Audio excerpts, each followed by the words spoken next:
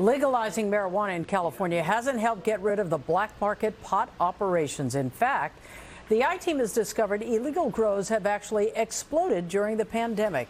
Carolyn Johnson joins us in the studio tonight with one homeowner's rental nightmare from one of these illegal underground operations. Carolyn. Yeah, Chuck and Colleen, for more than 20 years, Jo Skibby rented out her property in Rancho Cucamonga with no problems.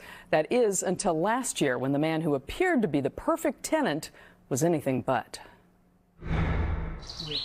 What was once a beautifully maintained 5-bedroom, 4-bath house in Rancho Cucamonga is now just a shell of its former self. It was shocking.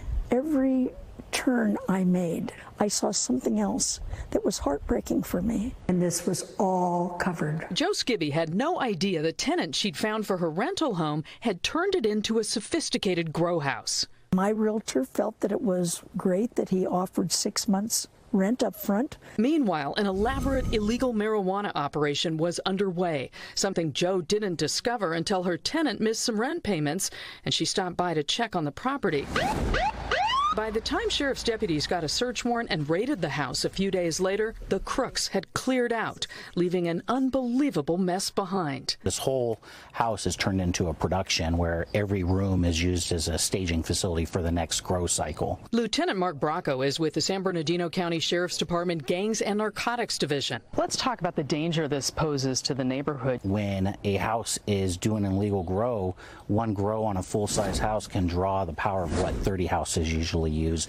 That then strains that transformer that's in the neighborhood and can cause that explosion and fire. So it definitely is a risk for people in the neighborhood. Yes.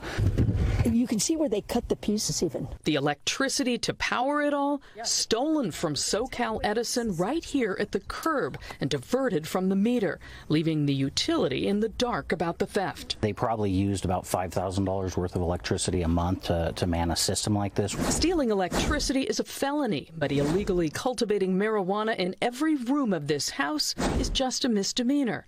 It's estimated this was $1 million operation. And as I walked through the house, the enormity of the damage was profound.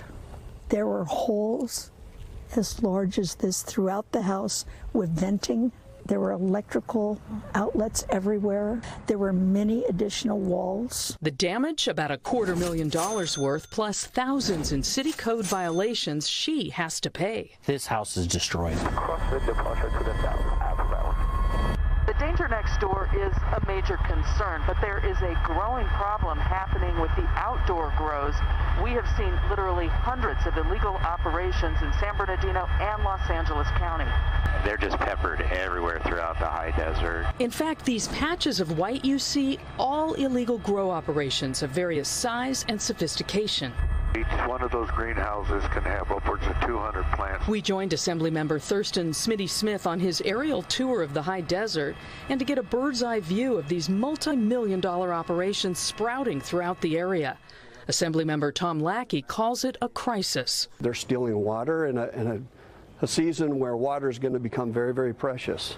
They're poisoning the earth, and they're also threatening legitimate businesses. So everybody will be impacted to some degree or another.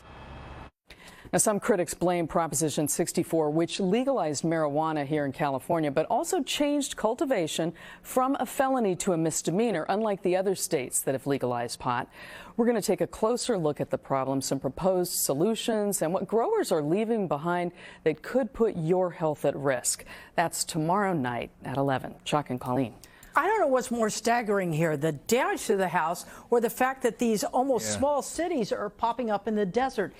Didn't the neighbors notice anything at all? You know, that's what's interesting about this, because they say that it was really pretty quiet. Like in hindsight, after they found out about this, they then said, okay, maybe something was wrong, because if you looked closely, you could see that the windows had been darkened. And Jo's really hopeful that sharing her story is going to raise awareness and protect other neighborhoods from the same thing. Look forward to seeing what you find tomorrow.